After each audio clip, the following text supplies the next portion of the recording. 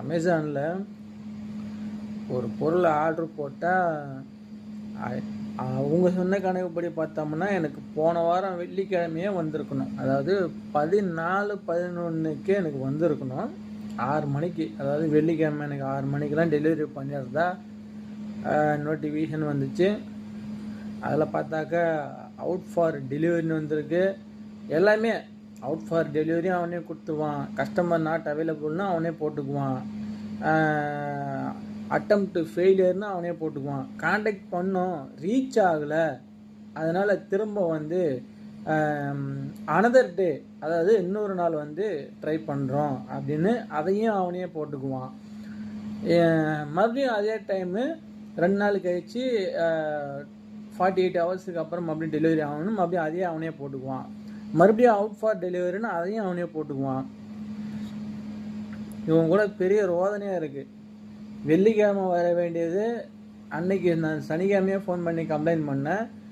48 ஹவர்ஸில் வந்துடும்னாங்க. இதில் அமேசானில் சொல்கிறேன். இதை திங்கக்கிழமை, அதாவது ஞாயிற்றுக்கிழமை நேற்று ஈவினிங் 6 மணிக்குள்ளே வரும்னு மறுபடியும் ஒரு நோட்டிஃபிகேஷன் வந்துச்சு.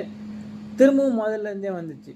என்னென்னு அவுட் ஃபார் டெலிவரி, அப்புறம் ஏதோ வந்தாங்களாம், கஸ்டமரை வந்து இவர் ரீச் பண்ண முடியலையா, காண்டாக்ட் பண்ண முடியலையா, அதனால் வந்து அட்டம்ப்ட் ஃபெயிலியர் ஆச்சுன்னு சொல்லி மறுபடியும் தூக்கிட்டு போயிட்டாங்க அப்படின்னு இவனாவே போடுறான். எல்லாமே அவன் கொண்டே வரல. மறுபடியும் இன்னைக்கு கொடுத்துருக்கேன் டைம் வந்து இன்னைக்கு டெலிவரி பண்ணிடுவோன்னு சொல்லி 6 மணிக்குள்ளே வந்துடும் சொல்லி. இப்போ மணி இப்போவே 5:20 ஆகிடுச்சு. இவர் எந்த நேரத்தில் கொண்டாந்து இவர் நொட்டுவாருன்னு நான் பார்க்குறேன். அமேசான் டெலிவரி, அமேசான் பயங்கரமாக உள்ளது. அமேசான் பிரைம் மெம்பர்ஷிப் வாங்கினா தான் உங்கள் வள்ளல் எனக்கு வாயில் பெருசாக வருது. லட்சணம் பயிர் மானங்கடை கேவலமாக இருக்குதுன்னு பார்த்தா இது அதுக்கு மேலே கேவலமாக இருக்குது. அதாவது இந்த மாதிரி போகுது. ஆன்லைன் ஷாப்பிங்கு வர கேவலமாக இருக்குது. அதுலேயும் இந்த அமேசானு படும் கேவலமாக இருக்குது.